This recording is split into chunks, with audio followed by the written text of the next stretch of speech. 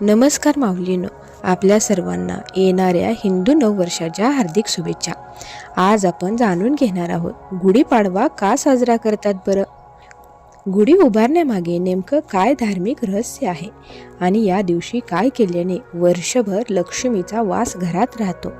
हा व्हिडिओ शेवटपर्यंत नक्की ऐका, कारण शेवटी मी सांगणार आहे एक खास उपाय जो गुढीपाडव्याच्या दिवशी केल्यास वर्षभर सुख समृद्धी मिळते. तर पाहूयात आपण नक्की गुढीपाडवा म्हणजे काय. गुढीपाडवा हा हिंदू धर्मातील नववर्षाचा पहिला दिवस मानला जातो. चैत्र महिन्याच्या शुक्ल पक्षाच्या प्रतिपदेला हा सण साजरा केला जातो. या दिवशी नवीन वर्षाची सुरुवात होते, पंचांग वाचन केले जाते, नवीन संकल्प घेतले जातात. गुढीपाडवा हा प्रामुख्याने महाराष्ट्रात मोठ्या उत्सवाने साजरा केला जातो. आता आपण पाहूयात ब्रह्मदेवानी सृष्टी निर्मिती कशी केली ती. धार्मिक मान्यतेनुसार या दिवशी सृष्टीची निर्मिती झाली.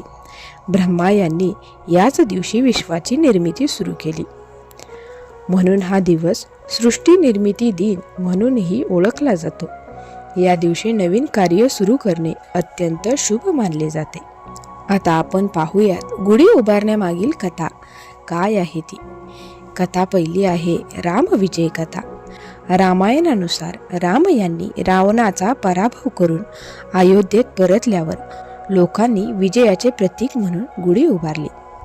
गुढी म्हणजे विजयाचा ध्वज आहे, त्यामुळे तुम्ही देखील गुढी उभारता का ते कमेंटमध्ये मला नक्की सांगा. दुसरी कथा म्हणजे शालिवाहन राजाची कथा.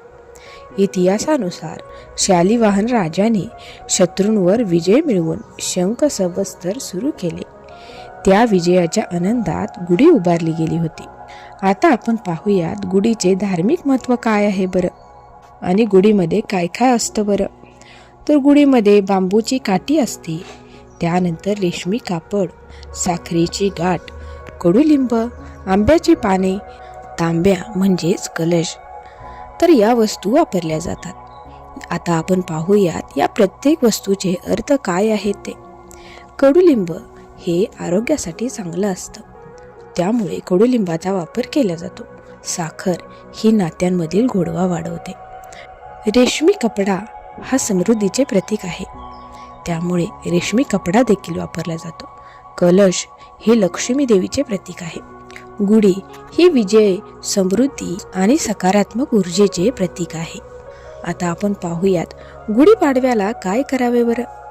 लवकर उठून अभ्यंग स्नान करावे, घर स्वच्छ करावे, घरापुढे देवापुढे रांगोळी काढावे, गुढी पूर्वेकडे उभारावे, पंचांग वाचन करावे, कडुलिंब आणि गुळ खावे आणि घरातील सर्वांना देखील द्यावे.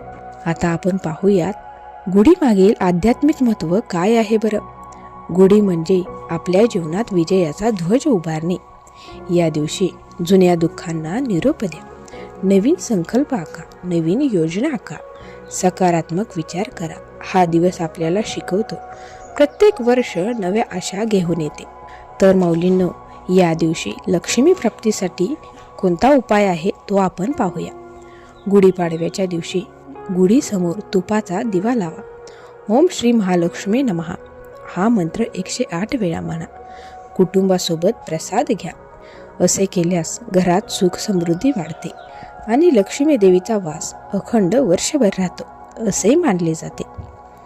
माऊलींनो, गुढीपाडवा हा फक्त सण नाही, तो नव्या सुरुवातीचा संदेश आहे.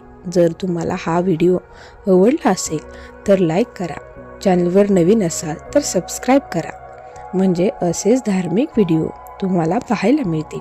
आणि कमेंटमध्ये लिहा नवीन वर्ष मंगलमय होवो. आपल्या सर्वांना पुन्हा एकदा गुढीपाडव्याच्या हार्दिक शुभेच्छा.